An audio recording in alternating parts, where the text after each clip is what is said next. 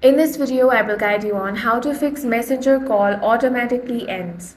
If you're facing this problem, then the first thing you want to do is check your internet connection. You want to switch between Wi-Fi and mobile data and check.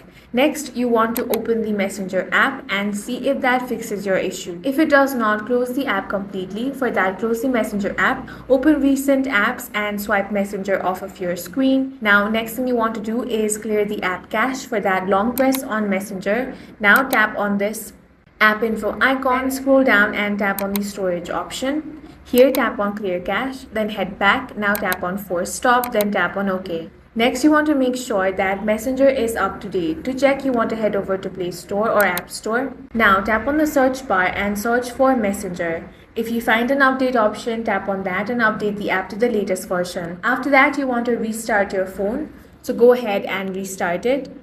After restarting your phone, you want to open Messenger and see if the issue is fixed. That's all for this video. If you found it useful, make sure to hit the like button and subscribe for more videos like this.